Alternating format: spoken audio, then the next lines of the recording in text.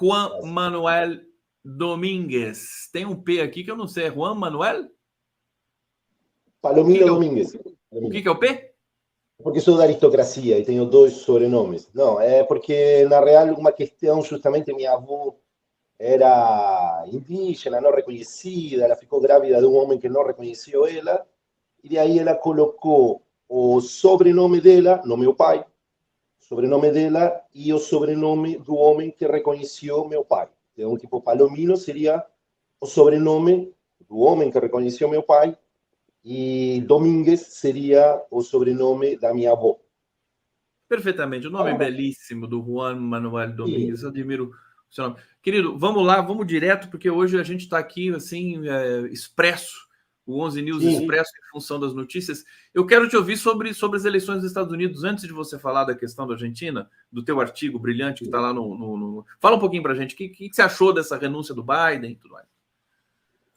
Olha, eu confesso que eu tenho certo desinteresse pela política dos Estados Unidos, considerando que o que a gente vê como esquerda nos Estados Unidos não acaba sendo o que eu vejo como esquerda, né? Se entendemos que nós reconhecemos Estados Unidos a partir de uma ideia de imperialismo, né? Neoimperialismo, um país que governa o resto do mundo através da força bélica, isso é uma questão identitária do próprio país, né? Todo americano se considera a si mesmo um cidadão superior no mundo, porque acredita muito na sua força bélica e que a esquerda e o progressismo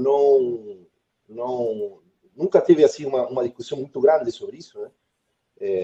Então, eu confesso que assim, nunca tive muitas expectativas, sinceramente estou falando assim, nunca tive muitas expectativas. O único que podría me dar así algún tipo de esperanza en Kamala sería tal vez políticas migratorias más flexibles, más... Com Kamala? Con Kamala, sí, con la Kamala, sí. Políticas migratorias más flexibles, tal vez debates sobre género, con certeza va a traer, la gente también está atrás de eso, ¿no? De debates sobre identidades de género más inclusivos. E como estamos falando justamente do império, né, da metrópole, tudo que acontece lá acaba sendo o centro das atenções no mundo todo, se acontecer algum tipo de evolução no debate sobre gênero, mulher, aí com certeza isto vai repercutir para o mundo inteiro. Agora, expectativas além disso são mais difíceis, sem dúvida nenhuma. Sinceramente, após Obama, eu tive esperança com Obama. Após Obama, eu não sei se a guerra no Iêmen, enfim, as incursões bélicas que os Estados Unidos têm, a preponderância que têm, né? Tipo, eles têm essa ideia, né, de que precisam ter uma base, agora estão negociando uma base inclusive com a Argentina, eles se sentem o guardião, né, o soldado guardião do resto do mundo. Não acho que vai ter mudanças. Sinceramente, não sei. Aquela coisa que a gente estava falando aqui com o Onig e também com a Neiva, né? Preciso impedir esse cara que é muito perigoso, pelo menos, né? E que eu acho que teria influências muito deletérias para o Brasil, porque se vence Trump, o Bolsonaro se assanha demais. E se Trump perde, eu acho que daí o Bolsonaro já vai a caminho do esgoto, mais uma vez. Ô, Juan, fala pra gente desse teu artigo e dessa questão do racismo na Argentina. Muita gente realmente se pergunta, não tem negro na Argentina, né? Parece que tem poucos negros na Argentina. Eu não conheço isso a fundo, mas acho que você se debruçou sobre esse tema e eu quero te ouvir sobre isso. Pode falar, manda lá.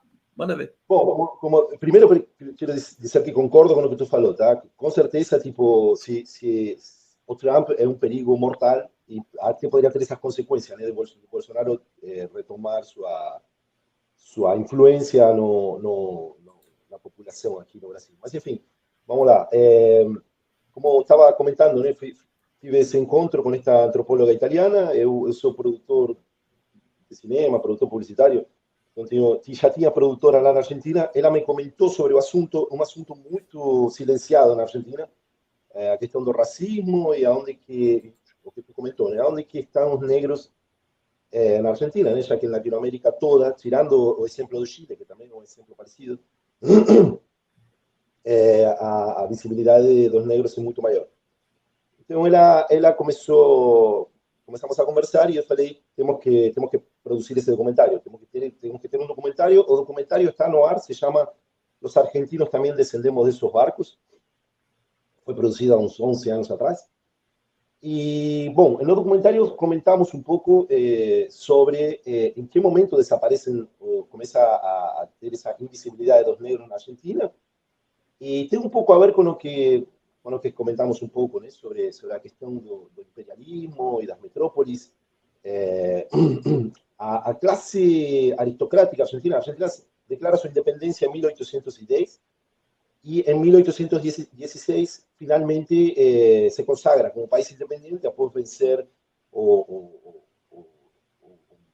poco ejército que sobraba para España, né? Considerando que estaban siendo dominados pelos franceses. E então a Argentina começa um processo de construção identitária. Então, essas classes que vencem os espanhóis e conseguem declarar sua independência são classes extremamente atravessadas pelo liberalismo econômico. Elas veem na Inglaterra o modelo de país a seguir. Isto vai se radicalizando até a aparição de Perón. Perón vai ser o cara que vai cortar com isto, mas até a chegada de Perón em 1939, que ele chega como secretário de Trabalho e depois se consagra como presidente em 1945, até a chegada de Perón, a visão dos políticos argentinos, né, e por consequência da comunicação argentina e por consequência a autopercepção do seu povo, é de que a Argentina é uma extensão da Europa. É um país que vai ser como se a Europa pudesse se estender, né, territorialmente, continentalmente, e a Argentina fosse o país mais indicado para isso. Então, existen dados de que en 1830 a población de negros en Argentina era de aproximadamente un 40%. 40% de los habitantes del país eran negros. Claro, só que a partir de ahí a política institucional era de exterminio, y esto también va en paralelo con la política de exterminio de la población indígena, para a população indígena para toma de territórios e acompanhada também da visão eugenista, junto com o genocídio dos negros. Não era algo incomum na época acreditar que a raça branca, né? Por isso, quando a gente, isso seria até interessante debater algum dia, eu tenho alguns artigos também sobre isso, sobre como se repete, né, até o cansancio de que o nazismo foi a pior experiência política da história, quando na real a pior experiência... Deixa eu só te pedir um favor, você tentar falar um pouco mais pausadamente, lentamente, para a gente não perder nada. O seu portunhol é perfeito, mas é importante a gente cadenciar um pouco, até para eu também não perder nenhum ponto importante aí da tua fala. Vamos lá, pode seguir, querido. Então, quando se fala que o nazismo, né, sempre se repete esse lugar comum de que o nazismo foi o pior episódio político, a pior manifestação política da história, e o único que o nazismo fez foi o que os espanhóis, os portugueses fizeram aqui em Latinoamérica, ou seja, exterminar uma comunidade por achar que ela era inferior, se apropriar dos seus bens e impor sua cultura, né, considerando que sua cultura era superior. Isso foi exatamente o que aconteceu em Latinoamérica, só que os números são imensamente superiores. Na América hispânica, juntando o Brasil, os números de Darcy Ribeiro são de aproximadamente 90 milhões de indígenas assassinados em 100 anos. Em um período de 100 anos, houve 90 milhões de pessoas foram massacradas. E os em que lugar? Em toda a América, né? Em toda a América, incluindo a do Norte? Incluindo o México. Incluindo o México. Isso. Só que consideremos que México, naquele momento, chegava até onde está Texas, se não estou errado, chegava bem mais em cima do que chega hoje. Então, são dados do Darcy, né? Um antropólogo, junto com outros dados, temos que em América, no primeiro período da colonização, nos primeiros 100 anos, até finais do 1500, há um extermínio de 90 milhões de indígenas. Se consideramos que depois temos números de aproximadamente 40 milhões de negros que morreram entre os transportes, né, nos barcos, e o que acontecia, né, a partir do maltrato, enfim, de toda a desumanização, estamos falando de 40 milhões de negros, aproximadamente. Então, o período colonizatório é responsável por...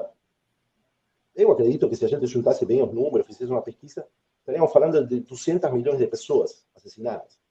E quando se cita o nazismo, né, se fala, 6 milhões de mortos, eu não estou dizendo que 6 milhões de mortos não seja um número absurdo. Estou dizendo que estamos mal acostumados a não ver o que aconteceu com a colonização como que ela foi.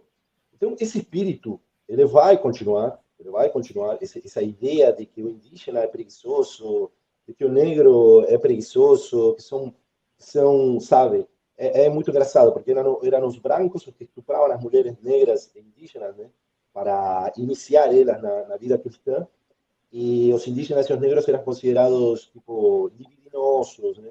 Então, sempre essa construção de sentido, essa construção identitária, pela qual primeiro se desumaniza o outro antes do extermínio. Então, a partir de 1830, vamos ter uma epidemia de cólera, febre amarela, tifoideia. E depois vamos ter também a guerra no Paraguai. São esses episódios onde há dados de que e temos um outro episódio que estive lendo esse final de semana, em que o governo argentino coloca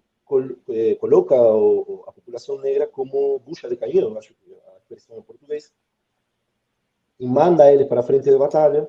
É só fazer um parênteses aqui no que você está falando. Tanto argentinos quanto brasileiros na Guerra do Paraguai, famigerada, aproveitaram para exterminar o povo preto dos seus países. Mandaram tudo para a guerra, né? E tem uma história que, inclusive, o Marcelo Dias, que é um fantástico jurista que vem aqui conversar muito sobre isso também, ele diz que o Brasil, na época, teve uma vacina que salvou a vida do povo negro aqui no Brasil, e mesmo o Brasil tendo um governo racista, ele acabou salvando a vida dos negros, porque obrigou a tomar vacina. E na Argentina não se obrigou a tomar vacina.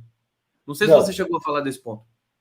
Não, eu não cheguei a ver isso, mas eu acredito que não, porque, por exemplo, quando foi a epidemia de febre amarela, temos dados de que se incentivava aos negros, sobretudo em Buenos Aires, né, porque tinha uma concentração grande em Buenos Aires, a que fossem como voluntários a assistir aos que estavam doentes, né? E obviamente eles pegavam a febre Pegavam a doença. Pegavam doença e morriam. Não tinha nenhum tipo de assistência. Então era um atrás de outro episódio. Tem até um episódio que foi este que eu li esse final de semana, que quando foi o primeiro centenário da independência do Uruguai, eu não lembro agora o dado específico, o governo argentino, é difícil de acreditar, mas eu não duvido, depois eu vou te explicar por que eu não duvido. O governo de Buenos Aires chamou a comunidade negra, que naquele momento se radicava na região de Belgrano, que é um bairro de Buenos Aires, chamou eles para que formem parte de uma comitiva para visitar o Uruguai, por causa deste centenário. Né? Somos nações irmãs, sempre houve assim um espelhamento entre os argentinos e os uruguaios, de fato, nos espanhóis, muito similar. Então, esta população se diz que eram dois barcos cheios de pessoas, né? Lotados de pessoas, negras no caso, e foram com esta comitiva a prestigiar o centenário uruguaio. Só que quando eles chegam no Uruguai, os barcos vão embora e nunca mais voltam. Então, se proíbe depois a entrada desses cidadãos argentinos. Então, assim, por que dá para acreditar que isto é verdade, que tudo isto é verdade? Tipo, temos um livro que se chama El Facundo, de um político argentino que se chama Domingo Faustino Sarmiento, muito conhecido na Argentina. Escritor fantástico. O Sarmiento era escritor ou era um líder político? Ele começa como escritor, né? Começa como escritor. Isso, porque, lembremos, toda esta classe tipo política... um Gilberto Freire argentino, não é? Porque eu tive acesso a alguma literatura da formação da Argentina, e o Sarmiento aparecia sempre lá. Claro, Sarmiento está no século XIX, né, y sobre todo en lo que fue llamada la generación del 80, junto con Miguel Cané, entre otros, Julio Argentino Roca. Bom, Sarmiento, até o dia de hoje, ele é apresentado como grande educador do país, porque teve um momento em que ele foi presidente do país e todo indica que ele inaugurou muitas escolas, ele acreditava muito na educação.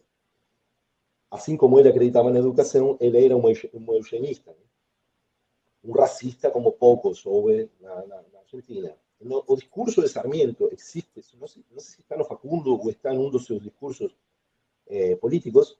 Ele basicamente coloca que Argentina, porque na década dos 80, né, nessa geração de políticos em que ele estava, começa a se estimular a imigração de europeus para a Argentina, né? E Sarmiento tem uma fala bem recordada que ele diz que ele se sente incomodado com a chegada de italianos e espanhóis, porque, sem falar que tipo, o Facundo, basicamente, a visão que desmerece a figura do gaúcho, né? O gaúcho, para nós, o gaúcho era aquele cara que estava no campo, assim, meio anarquista, não queria patrão, enfim. E do indígena, nem falar. Para Sarmiento, o indígena não era ser humano. Porém, seu nível de racismo era tal que ele chega a colocar que os italianos e os espanhóis são uma classe de sul-europeus. O que ele dizia que a Argentina, se realmente queria evoluir, precisava trazer anglo-saxões. Ele dizia, precisamos de ingleses, ou no máximo, em última instância, irlandeses e escoceses. Então, ele tem muitas falas assim. Então, vamos tentar chegar no ponto o mais rápido possível. Os jogadores argentinos repetem uma frase, uma música que foi feita por torcedores argentinos na Copa de 2022, onde falam de que a seleção francesa são de Angola, enfim, né? Esse descrédito dos jogadores franceses por serem negros, né? Tentando atingir o cara por ser negro. Acho que a gente já tinha conversado contigo, se não estou errado, sobre isso. Na Argentina, usar negro como insulto é uma coisa bastante comum, muito comum. Inclusive, tipo, pessoas de favela, pessoas pardas, né? Usam isso como um insulto. Se utiliza negro para falar que uma pessoa é pobre, se utiliza negro para falar que uma pessoa não ordena bem sua casa. Inclusive, Eva Perón, que nació en un mismo contexto que meu pai, né? Eva Perón nació de uma mulher faxineira indígena que não foi reconhecida pelo seu pai. Eva Perón foi uma das primeiras combatentes assim dentro da política institucional argentina, que falava eu amo meus negros, porque e aí estou falando de qual que é o nível de racismo na Argentina. Os trabalhadores, naquele momento, em 1945, que aparece mais a figura de Eva, na real eran descendientes de italianos y españoles, claro que no da aristocracia ni italiana ni española, eran todos anarquistas, pobres, do sul da Itália, do sul da Espanha. Então, eles eram chamados despectivamente pelas aristocracias de Buenos Aires como negros. Ou seja, isto não é de agora. Então, quando eu falo assim no texto de que este é um debate latino-americano, é porque na Argentina, a dificuldade da Argentina de debater seriamente isto é a falta de representatividade. Então, corto aqui, é o seguinte: se não houver uma pressão dos países latino-americanos, né, sobretudo de fala hispana, que hoje, talvez pelas redes sociais, eu percebo que os países latino-americanos estão colocando um pouco mais isto. Você vai entrar em muitos vídeos que falam sobre a Argentina, sobre tal coisa, e vai ver colombianos, venezolanos, mexicanos falando de como os argentinos são racistas. Então, eu acho que assim, a esperança de que isto tenha algum tipo de mudança vem dos países latino-americanos, incluindo o Brasil, né? Eu acho que você está falando da questão da reconexão agora da América Latina depois de surtos. O Brasil desestabiliza muito, desequilibra, né? Um país muito grande, passou 4 anos com Bolsonaro, quer dizer, fraturou completamente a América Latina para fazer um debate humanitário, humanista, e o resultado disso está aí com o Milei na presidência da Argentina. Juan, vou pedir licença para você, até para trazer os comentários aqui do nosso público. O Marcelo Dias está aqui ligado na gente, ó. Guerra e as doenças exterminaram os afro-argentinos. A elite brasileira cometeu essa falha, vacinar a população negra salvou nosso povo do semina. Claro que ele está sendo irônico aqui, né? Que a elite cometeu a falha. Marcelo Dias, revolta da vacina. Eu coloquei também, obrigado Marcelo, um beijo para você. Coloquei aqui o endereço eletrônico, né? O link do teu artigo no Mídia Ninja. Está aqui no nosso bate-papo, para quem quiser ler o texto do Juan Manuel Domingues. Juan, infelizmente nosso papo foi rápido hoje. Você volta aqui em breve para a gente conversar com mais tempo, porque esse episódio do Biden aí, da Kamala Harris, fez a gente ter que organizar aqui uma força-tarefa para trazer várias pessoas para a gente comentar o que está acontecendo nos Estados Unidos. Agradeço demais sua presença, sempre luminosa aqui. Obrigado pelo carinho, querido. Tamo junto. Logo a gente, se quiser dar um recado final, fica à vontade. Não, vamos marcar outra conversa, um debate que espero que continue, que mude as coisas. Só falando as coisas mudam. Juan Manuel Domingues, a gente segue aqui com a Roberta Graff. Muito obrigado, Juan. Abração para você. Valeu, Roberta. Obrigado.